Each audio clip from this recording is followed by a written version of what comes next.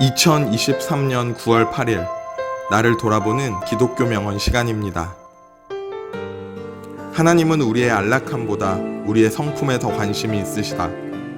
그분의 목표는 우리를 육적으로 애지중지하시는 것이 아니라 우리를 영적으로 온전하게 하시는 것이다. 폴 파웰의 명언입니다. 인간의 관심은 안락함입니다. 내 오늘이 편하고 미래가 안전하기를 원합니다. 그래서 무엇을 먹을까, 무엇을 마실까, 무엇을 입을까의 문제를 해결하는 것이 우선이며 그것을 위해 애쓰고 구합니다. 그런데 예수님을 믿는 그리스도인들은 하나님의 관심에 귀를 기울이고 초점을 맞춥니다. 그러므로 그의 나라와 그의 의를 구하는 것입니다. 하나님은 당신의 자녀가 굶는 것을 원하지 않으십니다. 필요를 채워주십니다. 하지만 하나님의 관심은 자녀가 굶는 것에만 가 있지 않습니다. 만약 가난한 부모라면 먹을 것에만 관심이 있을 수도 있습니다. 굶기지 않는 일에만 몰두할 수도 있습니다. 하지만 하나님은 부자십니다. 전능하신 하나님입니다. 우리의 필요를 채우시는 일은 그분에게 아무것도 아닙니다. 그분은 우리가 성숙하게 자라가기를 원하십니다. 때로는 하나님이 우리를 굶기시기도 합니다. 채찍을 드시기도 합니다. 그것은 하나님이 우리를 사랑하지 않으시는 것이 아니라 또 전능하지 않으신 것도 아니라 우리를 온전하게 하시기 위함입니다.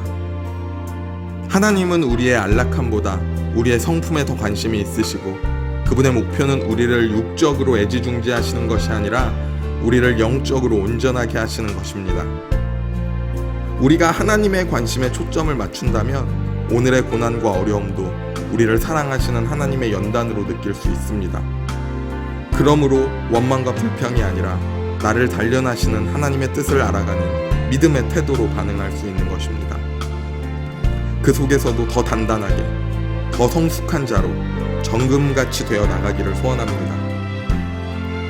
예수님은 앞으로 올 고난과 핍박에도 제자들이 실족하지 않도록 보내주실 성령을 약속하셨습니다.